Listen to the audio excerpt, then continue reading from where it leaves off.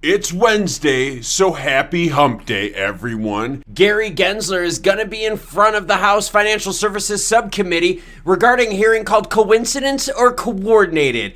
Attacking Crypto. Yep, Gary's going to get his. We've got XRP, 1 billion of them unlocked by Ripple Labs today as their monthly escrow action happens. And did you know that Ripple Labs is in talks with not 10, not 20, but more than 20 countries out there in regards to CBDCs? I'm feeling faded and X-rated. Shout out to the first person down below that can let me know what movie that came from. XRP, highlight of the show, sitting at 37.9, up 0.35% last 24 hours, while we have Bitcoin at 23.7 and ETH at 16.48. Gensler to be questioned over the crypto crackdown. Broke the story yesterday, but I want to make sure that everyone is aware that on March 9th, there will be a subcommittee hearing from the House Financial Services, their digital asset subcommittee, regarding Gary Gensler and his attack on the digital asset ecosystem called Coincidence or Coordinated. Make sure you hit that subscribe button because we're going to be live streaming that event because, oh my God, I want to see Gary get his. And by the way, here is that subcommittee on digital assets. This is from the new session of Congress, the 118th session of Congress. I've got the names listed for you to take a look at your leisure. But now crypto companies are starting to make some money. This is a good sign. Now earnings will be soft first and second quarter of this year, possibly into third quarter depending on what we see GDP wise. The nice thing about this story right here though is you're starting to see companies go from massive losses to now starting to break even to now making profits, signaling again that maybe the worst is behind us. Maybe the bottom is priced in. Fintech giant Revolut boasts first ever annual profit after the crypto boom. London-based Revolut proposed a profit of 31 million in 2021, bouncing back from losses of 269 million the year before. Revenues for the year, 767 million, were triple the company's taking from the year before. Revenues continued to rise in 2022, Revolut said, growing more than 30% to $1 billion. So we've got fintech companies out there that are now starting to make money instead of lose money. Yeah, you're still going to hear about layoffs, but I think the bottom is priced in. 1 billion XRP unlocked. Yep, happens every month. Here's how much still is held after 62 months. 4 transactions carrying 400 million XRP and 100 million XRP have been noticed by XRP escrowbot over the last 10 hours. In the meantime, over the last 24, the price of the 6th largest crypto XRP has risen by nearly 2.5%. Like I said, XRP right now under 38 cents at 0.62% on up. All right, now what I wanted to share with you is this, all right? You're going to hear stories about this every month. People are going to break it down. Oh, it means this and this and this and this.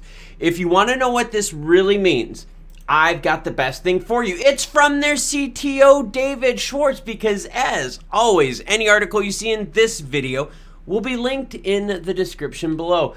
David Schwartz wrote an explanation of Ripple's XRP escrow. They go into details on what the idea is, ledger mechanics, really good read. I will share that all with you. But Ripple feature of this video today, Ripple's in dialogue with over 20 central banks on CBDC's executive reveals. In an interview, Brooks Entwistle, Senior VP of Customer Success and Managing Director of APAC and MENA at Ripple, talked about the company's efforts and goals in CBDC space, revealing some interesting details. The exec explained that the interaction with regulators around the world is invaluable. Unlike the US regulators in Singapore, in Tokyo, in Switzerland, in the UK, they welcome and participate in roundtable discussions referring to digital asset and crypto companies. Ripple in dialogue with more than 20 central banks. While some countries are well advanced, the digital one in China and others, there are many emerging markets that are smaller that have fewer resources, right? They can't do it on their own. They don't have maybe enough of the fintech industry in their own country to do it, so they got to look elsewhere. That's where Ripple comes into play. In context, Entwistle revealed that the fintech is already in dialogue with more than 20 central banks. So we're in dialogue with not 10, not 20, but a bunch more central banks around the world on these discussions, said Entwistle. The Ripple executive already cited well-known projects with Bhutan and Palau as examples. Regarding regulatory headwinds in the US, Entwistle revealed this is why Ripple's focusing on international market, where the company has hired most of its 300 new employees last year. Again, clamp down on the United States, or from the United States, better said, will not destroy XRP or Ripple. Will it limit growth? Sure, of course, because you're removing money, in that whole job sector from the United States. That's a good amount, considerable amount. But now think of the opportunities for other countries out there in the world, gaining employees, gaining business pathways, ODL corridors. Think about that. Ripple's focusing on international market, where the company hired most of its 300 new employees last year. And by the way, if Ripple is hiring, obviously that's a good sign, right? Not layoffs. See the whole bottom of the crypto winter being priced in. That's why I brought the story up about Revolut now starting to make money, right? That during the boom, hey, they were rolling. They were making some big growth action. Then things went down, and now it's kind of picking back up. So bottom may be priced in. We're seeing fintech companies out there flash the signals. We're seeing mergers and acquisitions increase, which is another sign that the bottom is priced in. XRP monthly escrow. Oh, come on now. We know this happens every month. I just shared with you from David Schwartz what it means, what's all happening within that whole mess right there, so you can be informed and not have to deal with any FUD that's reported every month regarding this. You know what this is like a lot of times? Because you see the stories about, Ripple Labs dumping XRP on the market. Ripple Labs 1 billion floods price, blah, blah, blah. It's just like when Jed McCaleb had his taco stand wallet and he was dumping stuff, right? Every month you saw the people out there, McCaleb dumps, it's hurting the price. No, it doesn't have any effect, obviously. Macros out there have the bigger effect on price. Regulation or over-regulation, like by the likes of Gary Gensler and the SEC, which we'll have a hearing on March 9th about, affect the price more heavily than them adding to the circulating supply.